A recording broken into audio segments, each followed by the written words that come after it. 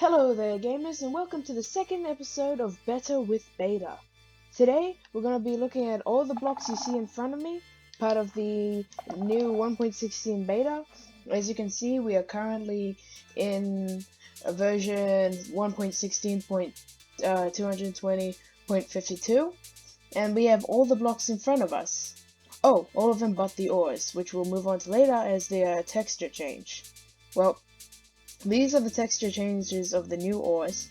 They are styled to make them look a bit more realistic, and as you can see, they definitely nailed that part, and they made the ore textures different from each other instead of just a retexture of the diamond ore. So as you can see, gold has like nuggets sticking out of the soil, the stone. Then you got redstone, which you got these bright, vibrant patches that look like rubies. And then lapis, which is intermitted with the stone. Emerald, kind of following the same thing as gold, except it's more of a...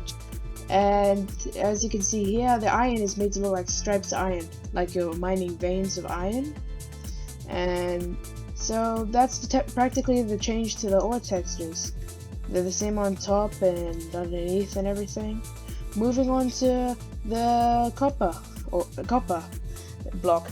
Now, copper is an interesting block because, well, for one, this looks extremely shiny. You gotta admit, that shine on that copper ingot looks brilliant. And I believe if we set the weather to thunderstorm, whoops, that's day. If we set the weather to thunderstorm, it should strike one of these, hopefully. And when it does strike, it reverses because... Oh, must have struck something. Here! Sorry. So it strikes, and it puts out a redstone output. Now this is extremely weathered copper, and the second less weathered but still fairly weathered, then a little bit weathered, then this is the incorrect block. I don't know why, there's a glitch that went through my world and replaced all those blocks, so I'm just going to quickly replace it. This is cut copper, and it looks pretty cool. I can imagine using this as tiles for like a bathroom in Minecraft. Like when you have bathrooms and they sort of like have that green mold. I know it sounds disgusting, but practically I've been to some bathrooms like that. So it's like a green sort of moldish there.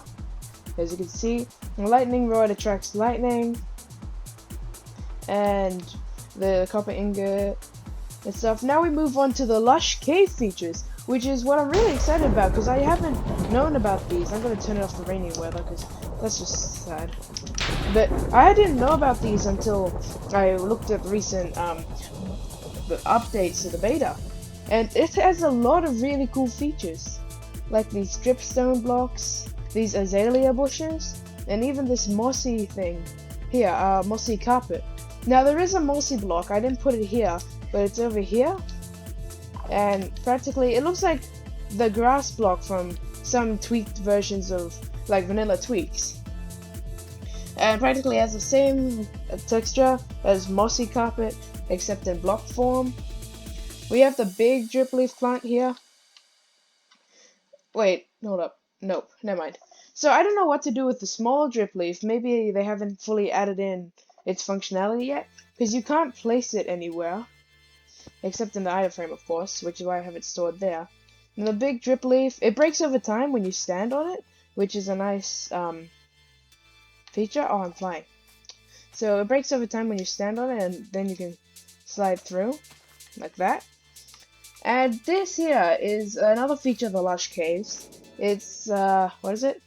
Spore blossom. Yes, I knew exactly what it was. Definitely.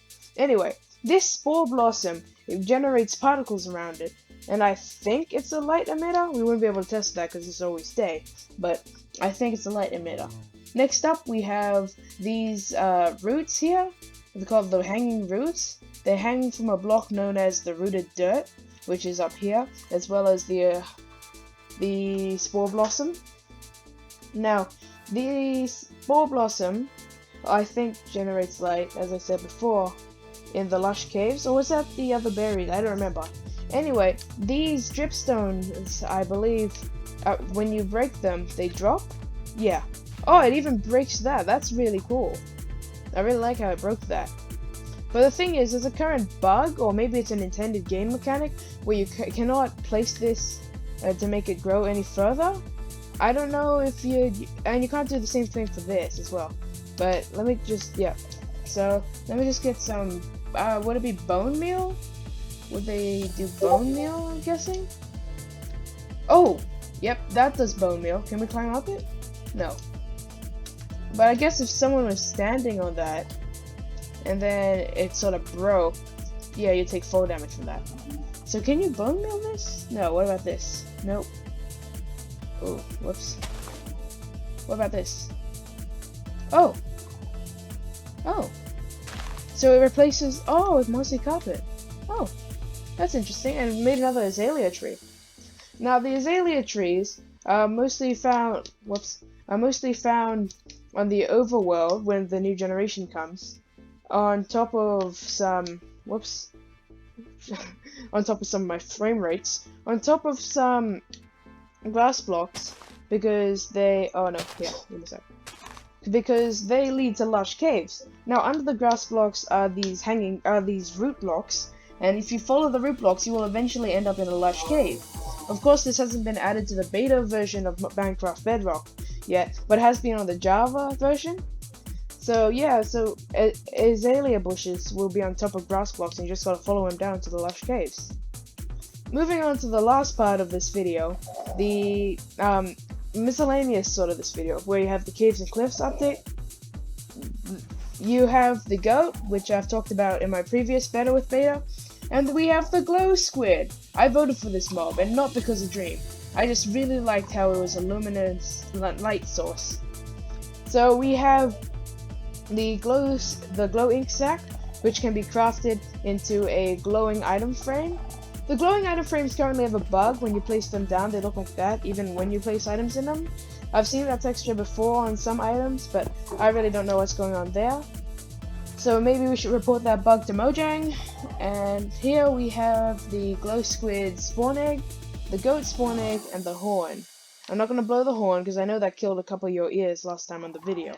If you haven't seen that video, you should probably check it out because it covers some of the previous features of the goat and different stuff that does. Now, you may have seen this thing going off in the background of this video. This is the new redstone block, the skulk sensor, which is extremely cool. I can't believe they added it. It's really, why is it doing that? Probably because of the mobs nearby. Weird. But it detects a sound, and you see it sends a vibration from my feet to the thing, and then powers that piston. And that's really cool, I reckon, because you can make wireless redstone with this, as many other content creators have said, and people like Mumbo Jumbo have got extremely excited about it. Now, unfortunately, on the Bedrock edition, I don't believe wool occlusion works. Like, if I were to place this stuff here, it's still detected when I'm walking around. Yeah.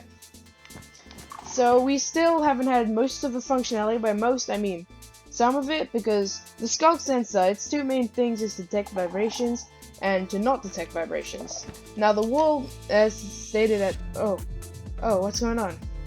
Oh, sorry, my frame rates just decided to die today.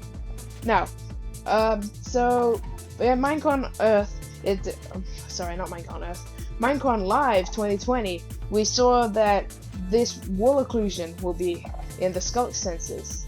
They haven't added this to the Bedrock edition of Minecraft yet, but yeah, I reckon this is a really cool feature. Except it's annoying sometimes, I'll give it that. How far away is this range? Can't hear me here. Oh, it's detecting the glow squid and stuff, that makes sense.